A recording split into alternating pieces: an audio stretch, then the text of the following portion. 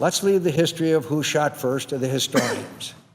I suspect they'll find we all conspired in our decline, either by deliberate actions or neglect. We've all played some role in it. Certainly I have. Sometimes I've let my passion rule my reason. Sometimes I made it harder to find common ground because of something harsh I said to a colleague.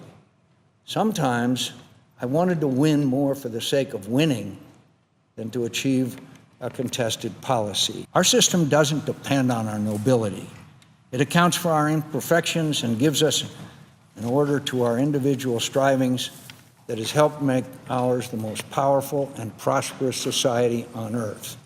It is our responsibility to preserve that, and even when it requires us to do something less satisfying than winning. I hope we can again rely on humility, on our need to cooperate, on our dependence on each other, to learn how to trust each other again, and by so doing better, serve the people who elected us.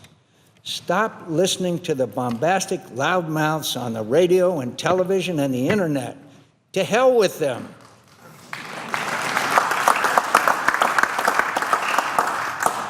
They don't want anything done for the public good. Our incapacity is their livelihood.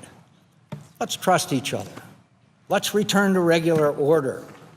We've been spinning our wheels on too many important issues because we keep trying to find a way to win without help from across the aisle. That's an approach that's been employed by both sides, mandating legislation from the top down without any support from the other side, with all the parliamentary maneuvers that requires. We're getting nothing done, my friends. We're getting nothing done. Our health care insurance system is a mess. We all know it. Those who support Obamacare and those who oppose it. Something has to be done. We Republicans have looked for a way to end it and replace it with something else without paying a terrible political price. We haven't found it yet, and I'm not sure we will. All we've managed to do is make more popular a policy that wasn't very popular when we started trying to get rid of it. I voted for the motion to proceed to allow debate to continue and amendments to be offered. I will not vote for this bill as it is today. It's a shell of a bill right now. We all know that. This country, this big, boisterous, brawling, intemperate, restless, striving, daring, beautiful, bountiful, brave, good, and magnificent country needs us to help it thrive. That responsibility is more important than any of our personal interests or political affiliation. We are the servants of a great nation. It's a privilege to serve with all of you. I mean it.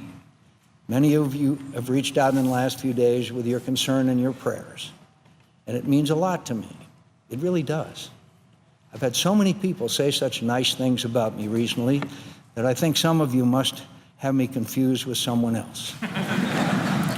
I appreciate it, though, every word, even if much of it isn't deserved.